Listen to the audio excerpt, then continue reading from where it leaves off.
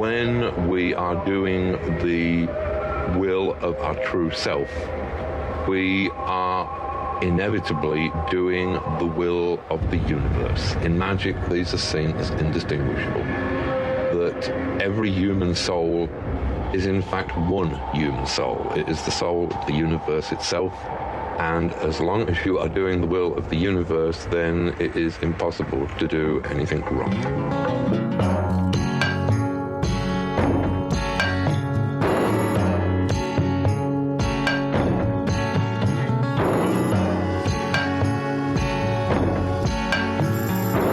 There is this connection between everybody and his total environment.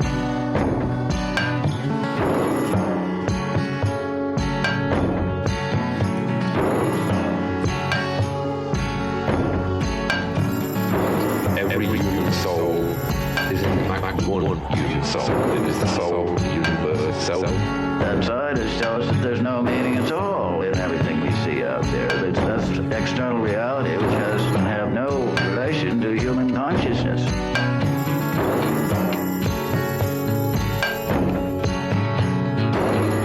Who writes the great books? It isn't we who sign our names. What is an artist? Is a man with antennae who knows how to hook up the currents in the cosmos or whatever. My name is Rebel Roz, and this is Pragmagick. In this podcast, we will journey through the investigation and application of metaphysical means to enhance and inspire what I consider to be the great unifying purpose of our short human existence, the creative process. And it's my intention to learn and reveal exercises that hex those inner oppressive thought patterns, as well as exorcising those lurking psychic vampires. So join me as I consort the unseen as means for getting the fuck out of creative stagnation. Stagnation that bewitches each and all of us, artists or not. In this episode, we discuss SAUDADE. I believe that's how you pronounce it. Anyways, it's a Portuguese term that, according to Wikipedia, is a deep emotional state of nostalgic or profound melancholic longing for an absent something or someone that one loves. Moreover, it often carries a repressed knowledge that the object of longing might never return. And our guest today on this episode of the Pragmagick cast is Mr. Gabriel Hart, and he believes SAUDADE is the essence of the creative process. You might know Hart to be the main reveler in the neo-noir rock and roll gang known as Jail Weddings. And he chats with me, Rebel Roz, about his journey into the high deserts of California from his Echo Park days and the writing that has been pouring out of him ever since. His new novelette, Nothing to See Here, is another entry into his anti-tourism propaganda, and it follows the follies of Conor and Luna and blurs the lines between fact and fiction. Not only have I been a fan of his music for over a decade, his writings have proven to be another inspirational addition to the folklore of an artist. So Slither, Hither, Weirdos, and Witches, let's dive deep into the noir universe of Mr. Gabriel Hart.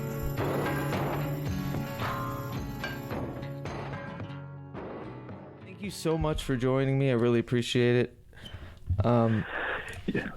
Yeah, of course. Hopefully I'm not taking too much of your already crazy busy life. No. It's Sunday evening. Everything's coming to a standstill. Yeah, which I'm sure to get to your move to the high desert. But first, I just wanted to ask you a couple of questions from personal questions I've had about you over the years and your process, specifically with Jail Weddings. Like, how the hell did you corral like 15 people at one time to tour and to record and rehearse? Well, I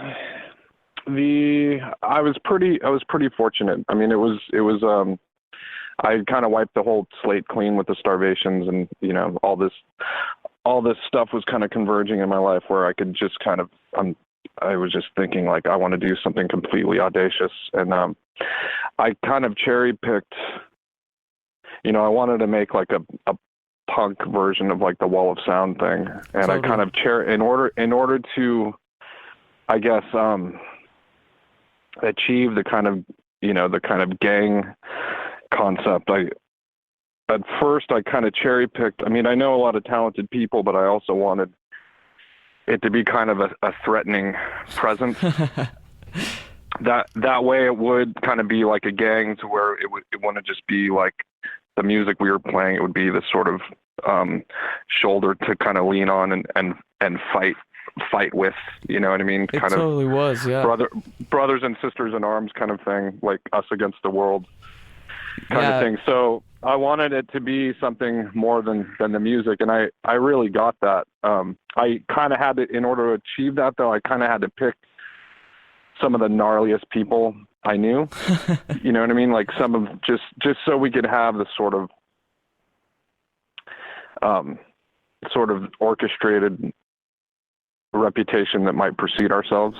And it did. So what ended up happening, it was really organic the way the cohesiveness happened, because it ended up being, this kind of gang mentality and all, but so it self-policed itself, because it self-policed itself by way of fear. Because nobody wanted to be the one that was late to practice or causing trouble, because they would have a 9-person lynch mob on their ass like immediately. That's amazing. Yeah, and I'm not exaggerating. I mean, I kind of shiver when I think of those early days. It was like every day was kind of Judgment Day, but not really. It was more fun than anything. It was kind of, but that element of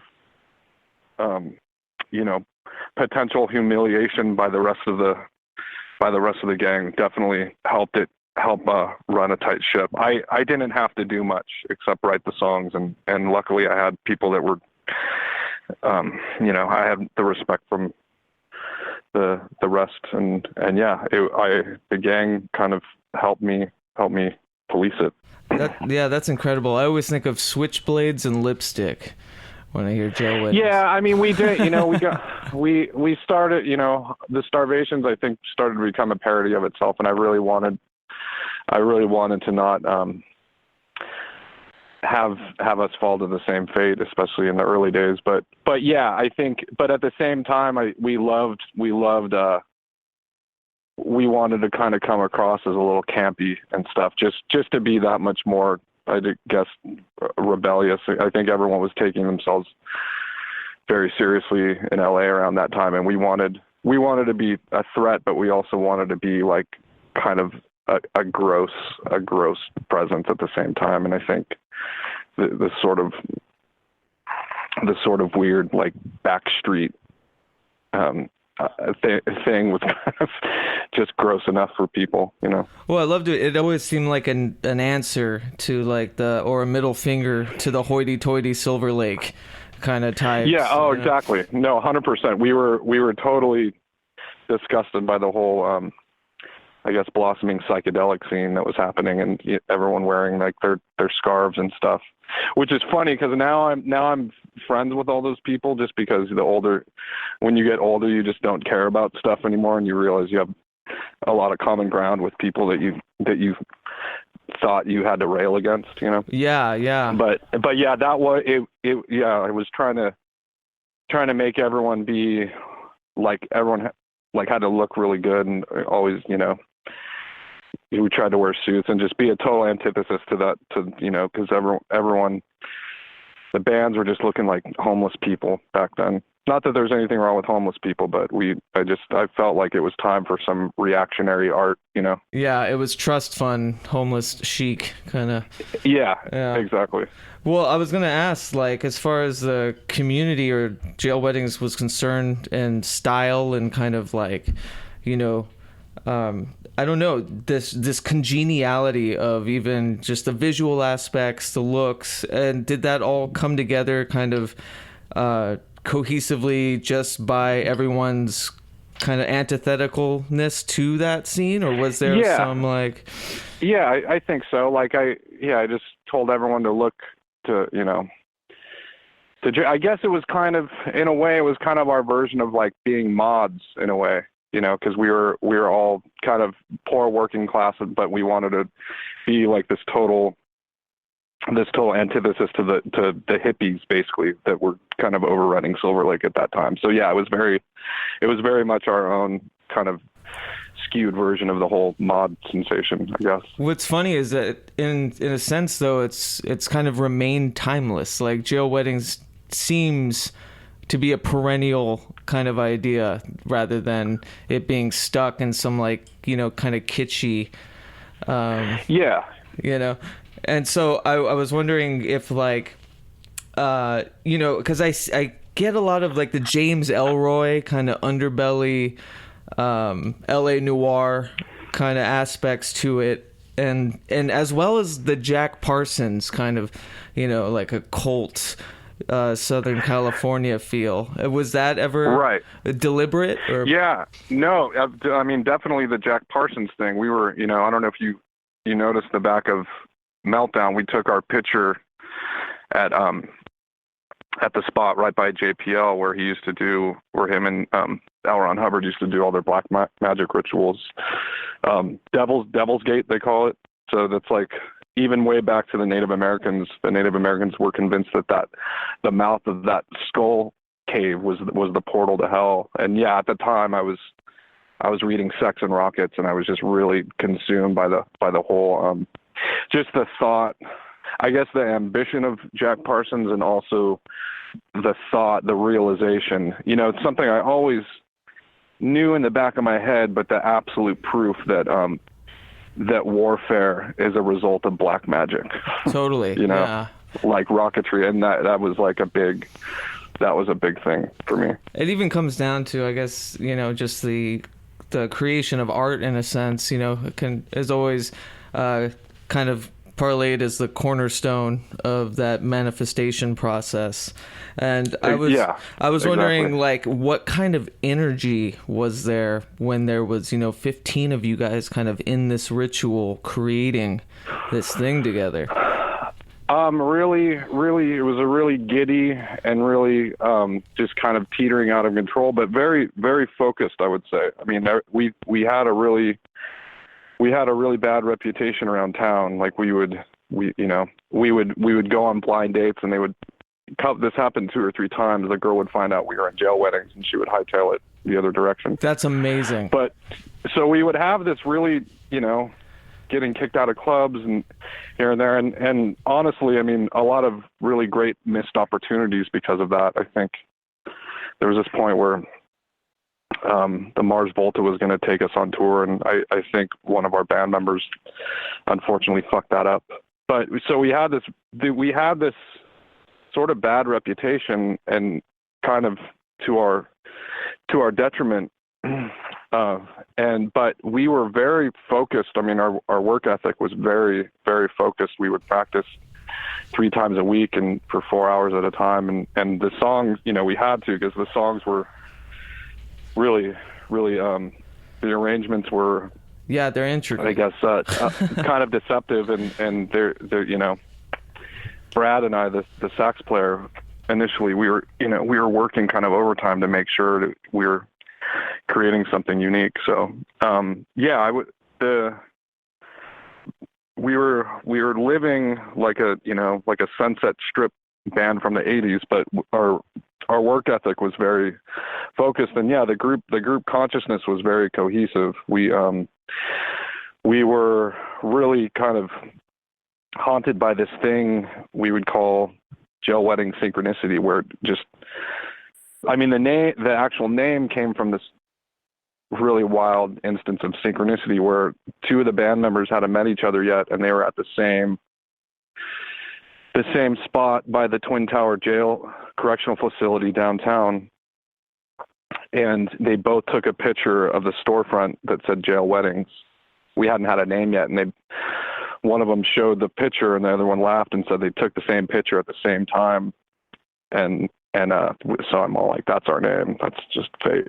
But yeah, we were riddled. I think what happens, like Burroughs talked about that thing called the third mind. With us, there was definitely, a 10th or 11th mind happening. It was. You guys kind of like created this folklore that ended up, actualizing. Yeah, and oftentimes biting us in the ass too. Right. I have to say, yeah, it was very, at times it was very much like Jack Parsons getting blown up at his at his house in Pasadena too close to the sun. Of an experiment. After many successful experiments, one, many of them went almost fatefully wrong. So, well, and I guess that's another aspect you can relate. Yeah, but just a quick side note: Jail Weddings is far from over. There's stuff in the works. Oh right? yeah. No, we just finished recording and mixing our new record, Blood Moon Blue. Yeah, we're shopping it around right now. We have kind of a unfortunate habit of being on labels that end up sinking right after our records come out. So I hope that's not some weird curse we're responsible for. So yeah, we're kind of doing the lost puppy dog thing right now, but it's definitely the most probably the most ambitious record we've done so far, and the sound is kind of opened wide up too. So yeah, I'm pretty excited. Yeah.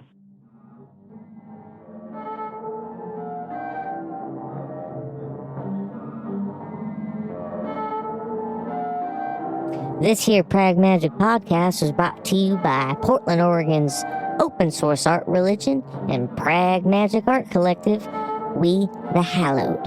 For more information, please visit wethehallowed.org or support these fine, pious individuals at patreon.com/wethehallowed. Remember, that's hallowed like saintly. HALLOWED. Thank you. And hold on.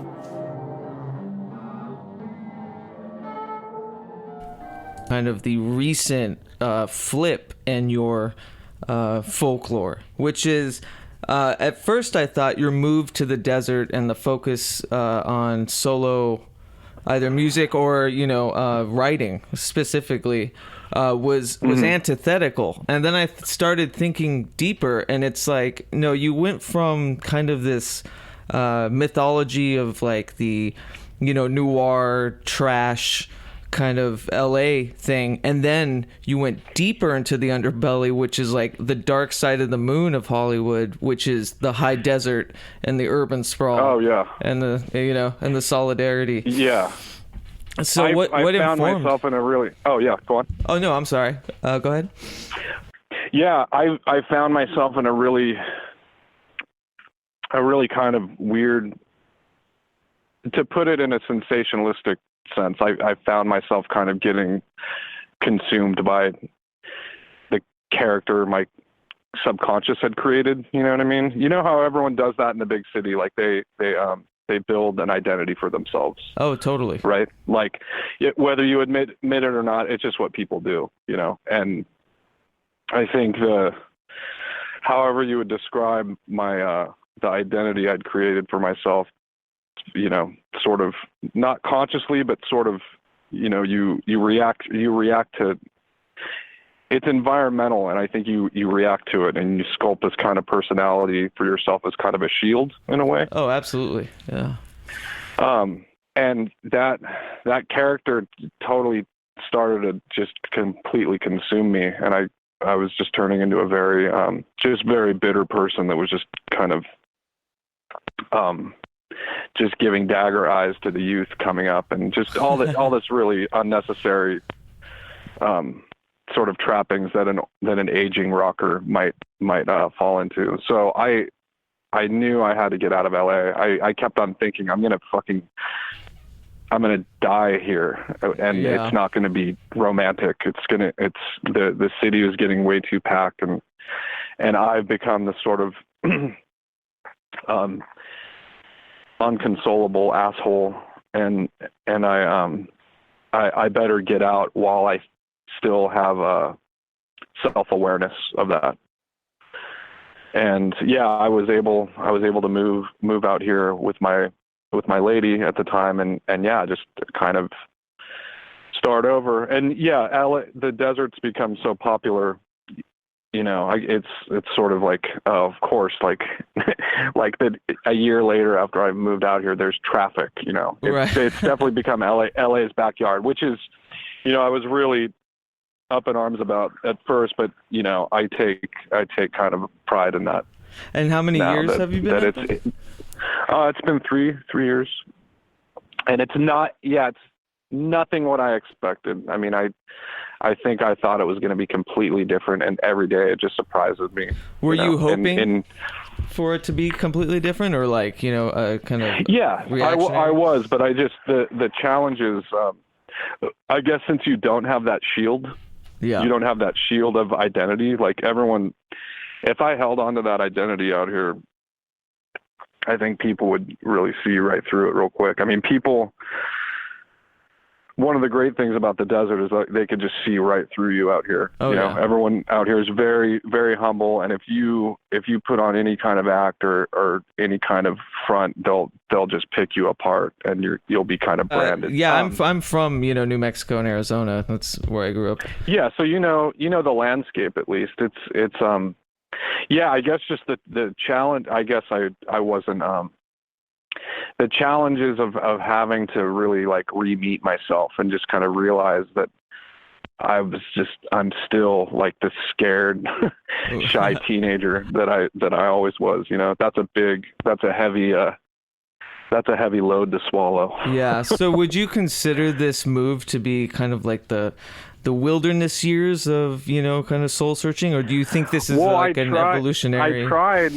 I mean, yeah, I guess that was the misconception. Like, I thought I was going to move out here and I was going to focus on writing, and I thought I was going to be like, you know, start writing all naturalist, you know, positive, you know, nature boy stuff like Thoreau or something. Sure. Like I wanted to really like, I felt like I needed to harness as much positivity in nature as I could. And you know, I started writing, I wrote this thing called Cinema of Life, this chapbook, which it's a little bit of a naive looking, it didn't age well because it was a very naive take on the desert, on a newcomer to the desert. And this was the high desert anti-tourist propaganda? Well, no, so it didn't, well, Cinema I guess of Life all of it didn't, yeah, Cinema of Life didn't age very well, and I was kind of embarrassed about it, like when it came out. It's like one of those things where I reread it after it came out, and I'm all like, man, I sound like, you know, I think I said at that reading, like I sound like all these articles and these lifestyle magazines just like beckoning people out to the desert, and that's not what I meant. That's not what I meant to do. Right. So John Paul from Space Cowboy and we kind of conjured up, we were drinking one night, we kind of conjured up this plan to start writing high desert anti-tourist propaganda. And so I started writing Nothing to See Here.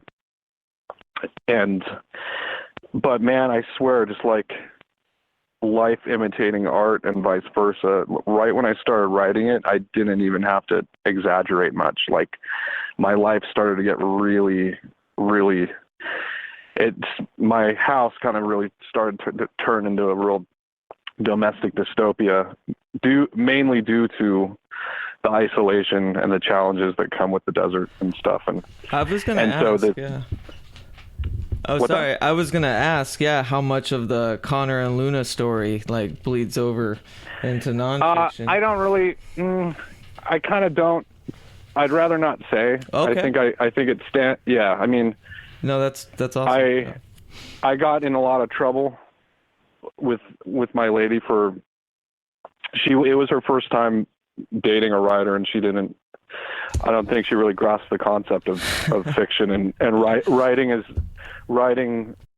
a means of exorcism and all that, which is really all I was doing. I wasn't trying to expose any real life soap opera stuff. I found myself in a really I found myself kind of without a voice, and this writing kind of turned into an emergency for me for my own mental health, just to get through the days and stuff. But so John Paul and I started this kind of concept in jest, and I think it turned into something way more real than I intended it to be. It kind of, once again, it's like so much stuff I do like ends up having like a careful what you wish for kind of thing. And that definitely, that sort of devious idea of writing anti-tourist propaganda was my own cross to bear. Yeah, I can totally see that. It's the way you talk about jail weddings and your writing so far just reminds me a lot of the kind of chaos magic processes behind like Grant Morrison and Alan Moore. How their art starts to imitate life rather than their life starts to imitate their art, and the medium becomes so blurred that it's like they can't help but just accidentally manifest shit when they put it to paper. Yeah. Well, yeah. No, 100%. I mean, you know what it is? It's like falling in love. And I guess the creative process and falling in love is really similar, because when you fall in love with a gal and there's that like zing moment where you feel like you feel like the past, the present, and the future is all colliding at once. Totally. Do you know what I mean? It's really specific. And I think it really is. I think that really is happening. And I think it's interesting that when you do fall in love, you get this feeling of instant nostalgia. Oh yeah. We talk about I mean? it, yeah, with me and my my girlfriend now. We talk about it all the time. It's this kind of a sorrow when we're together, knowing that, the only thing we can equate it to is like, oh, there's going to be a time in the the near future where we're not together, and while we're together, we are, lurking within that, and it's hilarious. Yeah. Well, okay. So I think the same thing happens in the creative process. I think when you have that like epiphany moment, it's like you have that feeling like this has happened before. Yeah. Or something.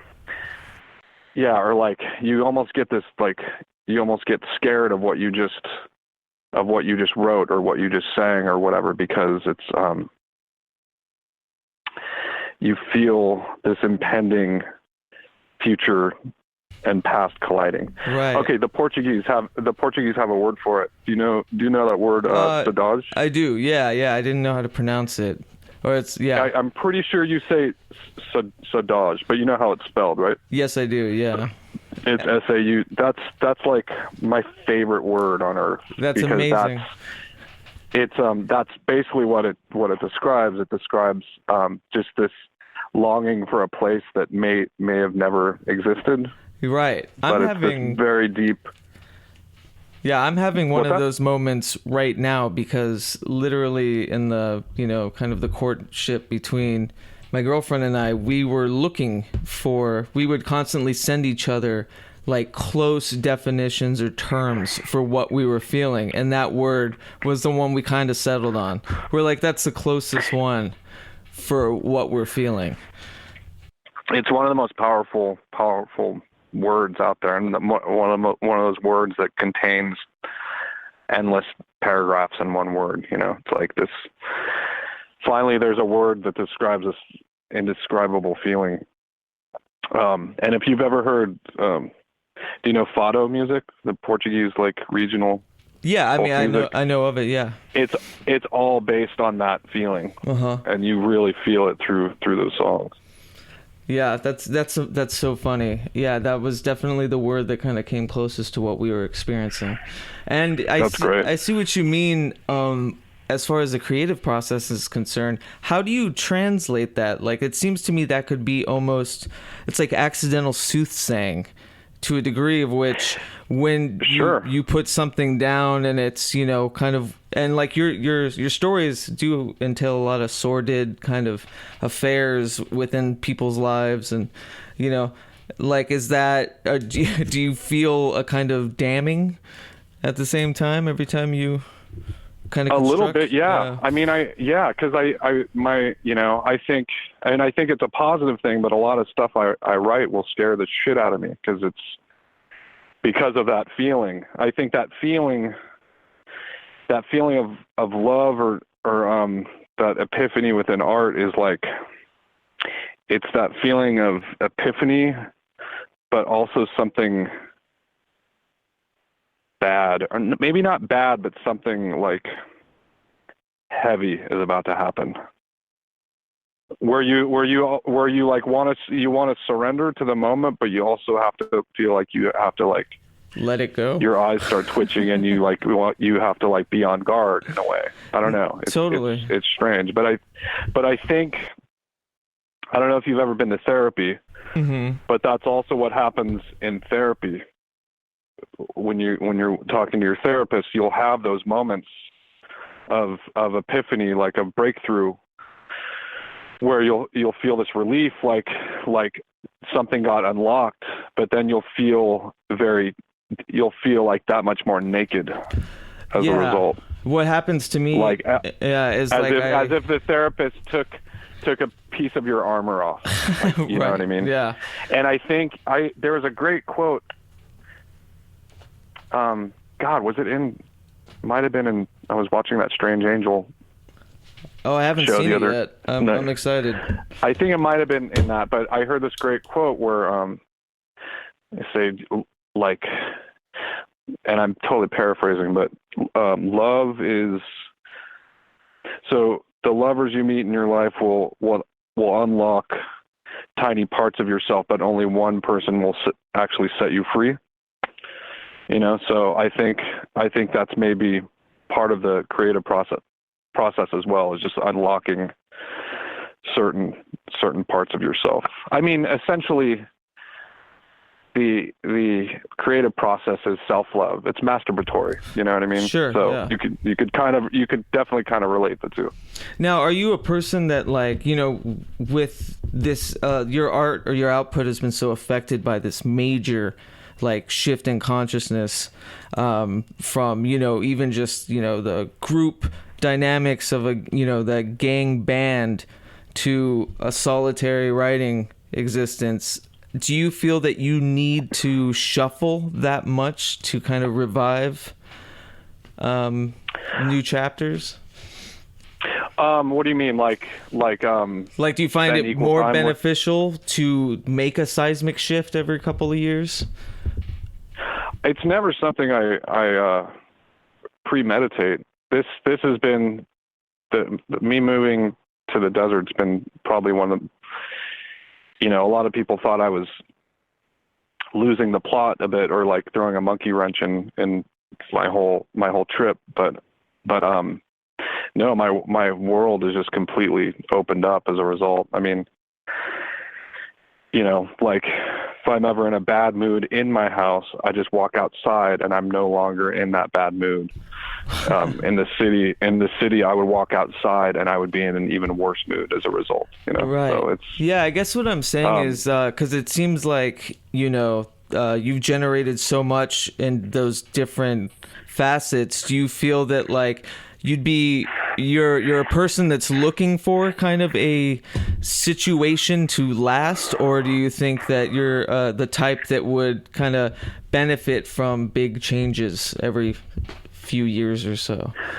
I don't know. Artistically, I guess.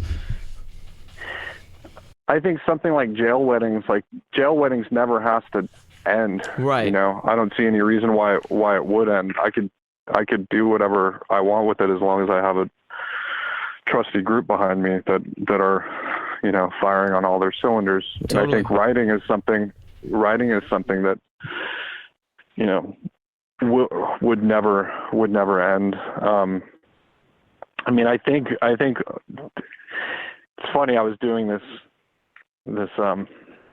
interview the other day, and they asked me very basic questions like, what's your favorite thing about life?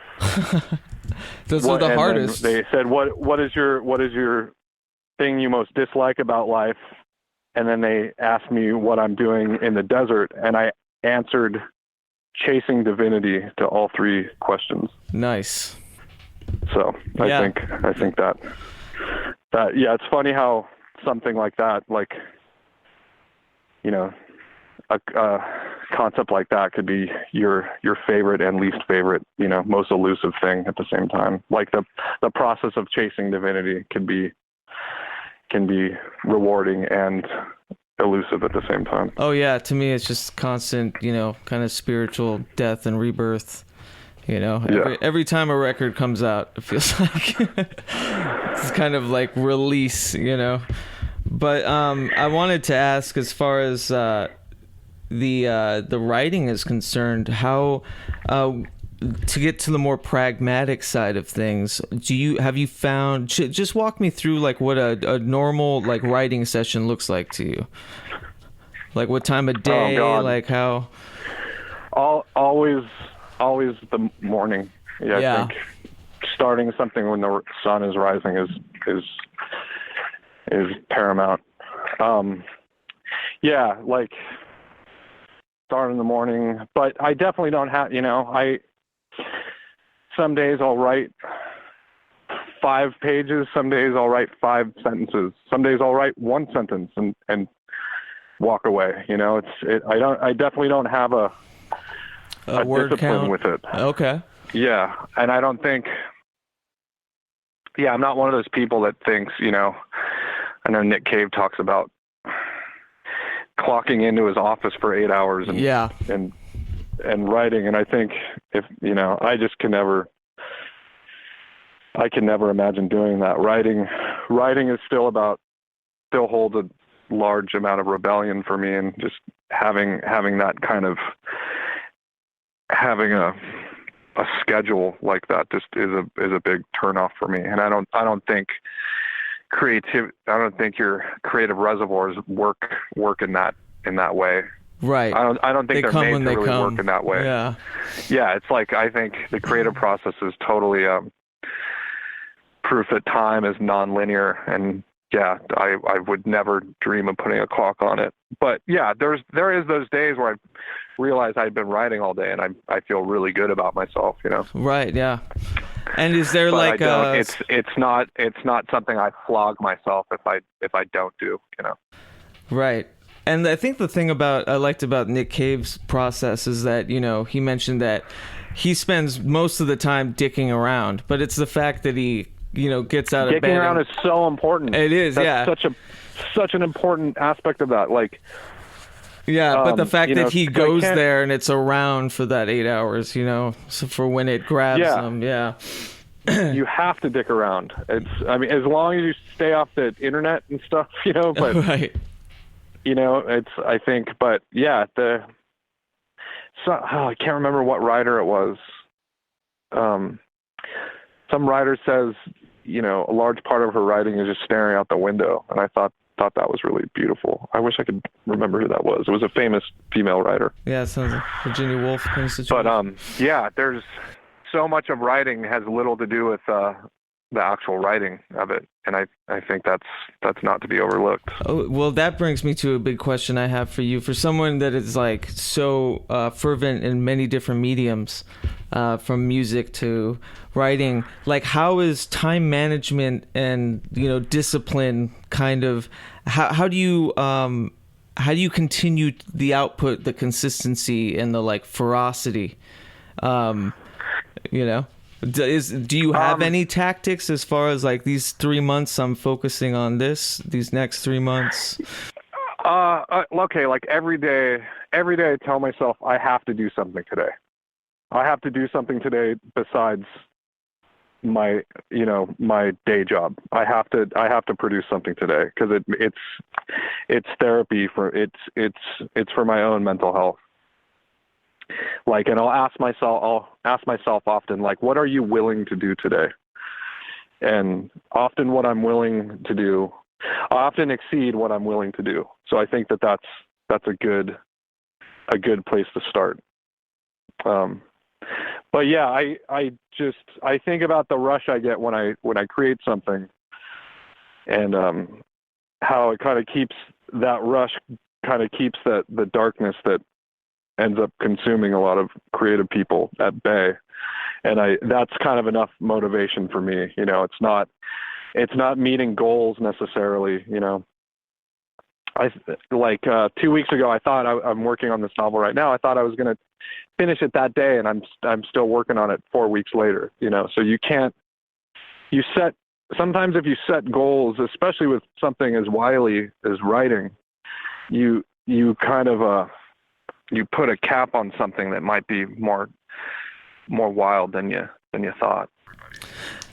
Well, I was going to ask what the biggest differences you see from, you know, getting people a book to getting people a record. Like, what are kind of the biggest tactics you're finding the differences in promotion? Are you talking about like the audience or the Oh yeah, like how you get your writing in front of somebody as opposed to like how you would have, you know, or somebody would listen to your record. I feel like it's harder just from somebody like me who's a total novice, you know, skirting the world of this. Like it's harder to get somebody to read than it would be to listen, and that was even hard. Oh sure. It's a natural I think it's natural to have that be a harder commitment to people, but it's also I mean, it was interesting to me, you know, when I went up to Portland last month, like way more people came to my reading than to my solo acoustic show. So I thought that was kind of interesting. Weird. I think I don't know. I think people like things that are new, you know, to put it in a very base terms. And I think if you're showing that you can express yourself in more than one way, I think that might be an appealing thing to people, and I think that they might be more willing to spend time with something you've written rather than something that they could finish in 2 minutes. That makes sense. Yeah. Yeah. So nothing. Yeah, I don't know. It's also just a totally new world to me. But well, you're killing it. Yeah, I don't. You're killing it. These novelettes or the chapbooks are just like, I don't know, the perfect answer to a single. You know what I mean? Like you're building up to a novel, which is really cool. I was really I'll be honest, I used to really kind of scoff at the chapbook thing back in the day before I started making them. I'm all like, oh, these are just like, you know, I had a horrible attitude towards them, you know, but after my first one, I'm all like, this is a vital format, you know. I don't know why everyone isn't making these little things. I think it's a way more permanent, like vital format than people give it credit for. I think maybe chapbooks get kind of lost in the whole zine world and stuff, but I think for anyone who's struggling to, you know, get their foot into the publishing world, it's a great calling card, you know.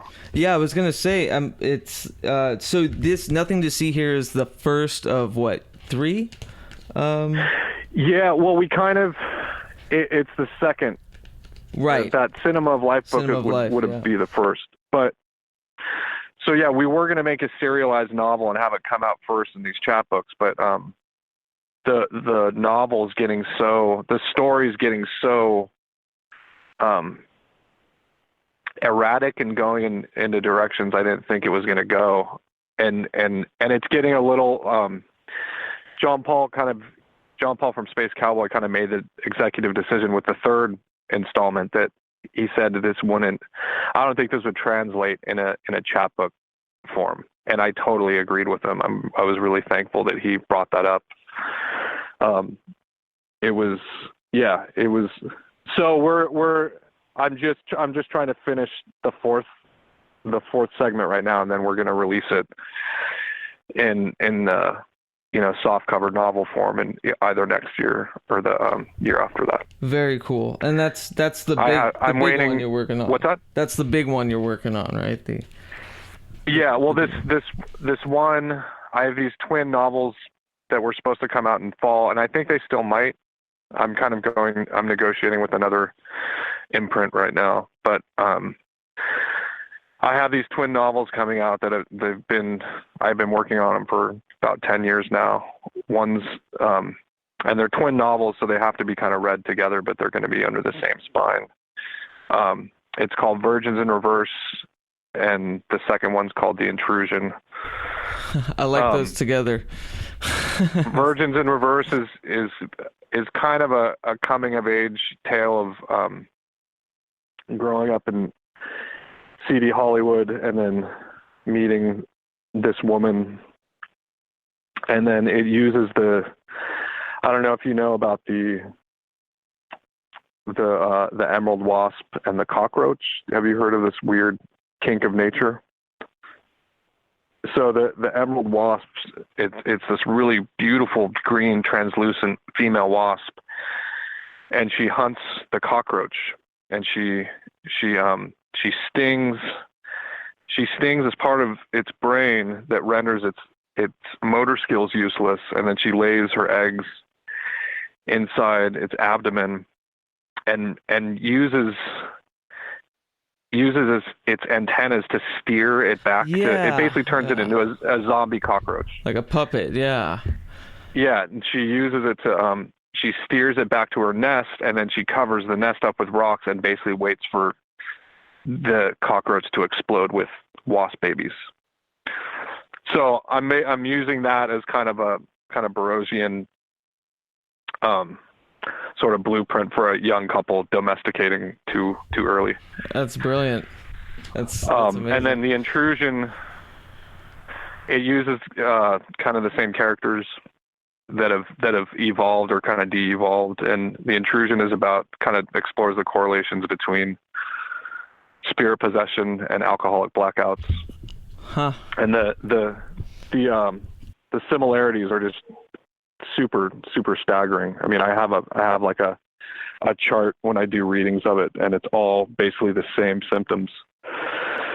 So the two stories are essentially connected, but I can't really tell you how until you read the book. So I believe it's still going to come out this year, but these have to come out first before the desert novel comes out, because those are also going to be kind of connected. It's strange. I wanted to ask, if you were creating, even like there's some characters in like the solo record, and like Death Country and stuff. I just see a lot of correlation between the mediums, even through fiction. And I was wondering, are you creating kind of a shared universe? I didn't realize I was until very recently. I'm right. So the desert novel is loosely titled Lies of Heaven. And I didn't realize I was until just 2 days ago. I didn't realize that they were all going to be connected until 2 days ago. Yeah, and it all had to do with just naming one person that was eluding me. I didn't know what his name was, and I'm all like, oh fuck, this is way crazier than I thought it was going to be. And I think that's a really good sign when you don't quite know what you're doing. When you know what you're doing, but then the tiniest sleight of hand will just surprise the hell out of you, Yeah, just kind of write itself after that. Yeah, that's amazing. And then thank you so much for speaking with me, man. I just wanted to close with one thing. I'm trying to kind of navigate this podcast into less of a two dudes talking about esoteric stuff, and I want it to kind of be more pragmatic, as sort of a guinea pig as I kind of journey into figuring my shit out creatively, spiritually, whatever. And I was wondering if you had any daily kind of tactic or process that you would give as advice to aspiring artists of any type, of any caliber, and maybe even something that I could employ for the next 2 weeks and report on, in 2 weeks. Oh God. I'd have to think about that one. Geez, as derailing as it sounds, I would say just make as many mistakes as possible and just learn all your lessons the hard way. I think that and I think you'll be surprised with what you come up with, as long as you don't get carried away with that. But I guess just don't be afraid to make mistakes. Yeah. Well. And try to keep your mistakes private. Try to keep your mistakes private so it looks like you meant to do it. I like it. Yeah, because like when there's that line blur between, am I writing, or am I releasing writing about myself, or is it, fictionalized? Yeah, definitely. So is that really? It's just about kind of staying mum on social media, less. Absolutely, yeah, definitely. I'm pretty scarce on there, and my life's gotten a lot more illuminating as a result. I think, people don't have to know everything about you unless they ask, and even then they don't really need to know. I totally agree, and I feel the same about other people, so why shouldn't I feel the same about me? Exactly. Exactly. Well, Gabe, thanks so much, man. I will definitely include a little review of Nothing to See Here in the article / show notes. I love it. I love where it's going. It really speaks to me as in the desert in my heart. So great. Always been a huge fan, man. I really appreciate it, and I will. Thank you, man. It's been my pleasure. Yeah, we'll catch up soon to talk about that novel in the fall. Yeah, and I might give you a call later to pick your brain about Cactus Crown as well. It's been totally glued to my car stereo. So. Oh man, I couldn't be happier. That's awesome. Yeah, I want to get some quotes out of you about it. So. Oh, okay, cool. Yeah, well, thanks, man. Quid pro quo. What's that? Say quid pro quo. Right back at you. Yeah. All right, man. All right, cheers. Have a good night. See ya.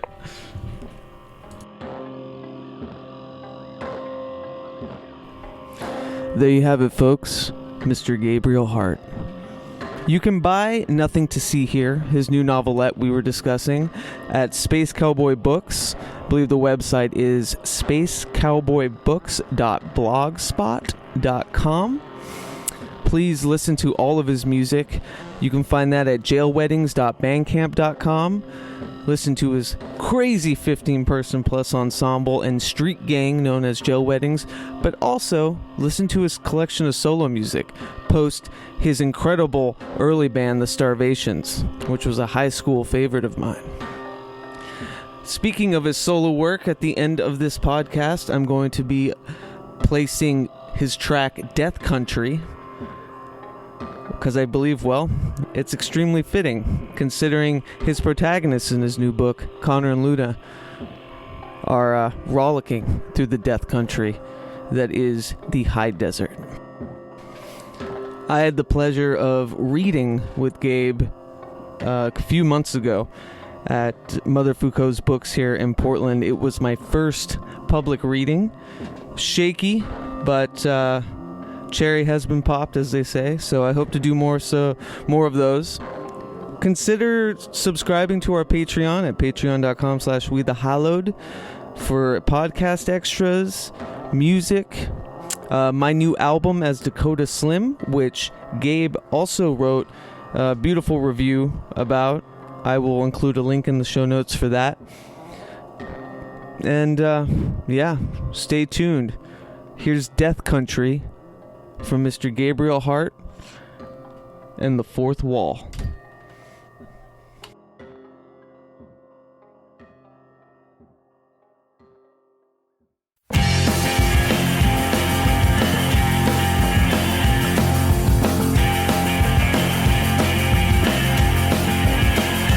There's no dialogue, just wild stares.